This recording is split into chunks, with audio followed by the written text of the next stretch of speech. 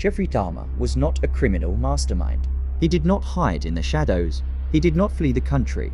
He lived openly, sometimes dangerously close to police, and continued killing for years. This is not just the story of a serial killer. It is the story of how many times he should have been stopped and wasn't. Jeffrey Dahmer was born in 1960 in Wisconsin.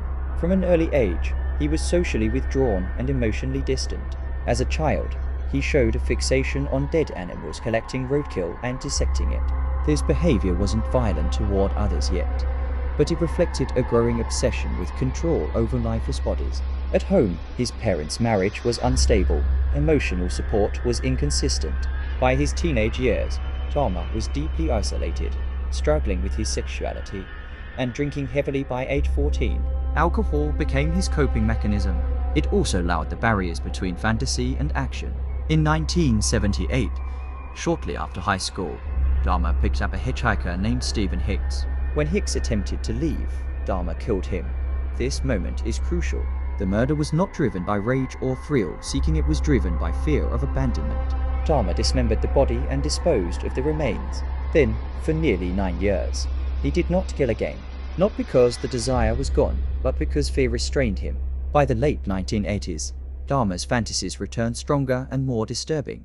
He began targeting young men, many of whom were gay, vulnerable, marginalized, and unlikely to be prioritized if they disappeared. His method followed a consistent pattern. He lured victims with money, alcohol, or companionship, drugged them, and strangled them. But murder alone was no longer enough. Dahmer wanted victims who could never leave. This led to necrophilia, dismemberment, keeping body parts as trophies, and attempts to create compliant, living companions through crude brain damage. The violence escalated, but it was quiet, methodical, and hidden in plain sight.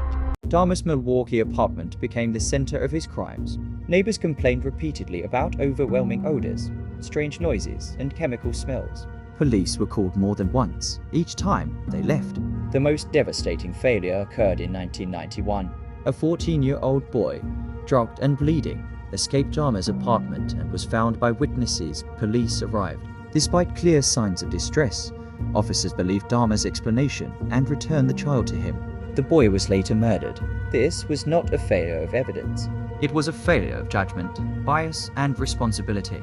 In July 1991, another potential victim escaped and led police back to Dahmer's apartment. This time, officers searched. Inside, they found human remains, preserved organs, and Polaroid photograph documenting the crimes. Dahmer did not resist arrest. He confessed calmly. In total, he admitted to 17 murders. Unlike many killers, Dahmer did not deny or minimize his actions. He described them with detachment, almost relief.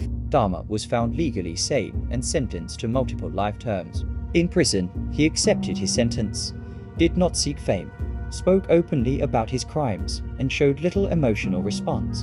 In 1994, he was beaten to death by another inmate. His death ended the case, but not the discussion. Jeffrey Dahmer was not motivated by anger or attention. He was driven by extreme loneliness, fear of abandonment, desire for absolute control, and emotional emptiness. He did not want victims to suffer. He wanted them to stay. That distinction makes his crimes uniquely disturbing and deeply revealing. Jeffrey Dahmer's case is often remembered for its horror, but the real story is about failure. Failure to listen, failure to protect, failure to act.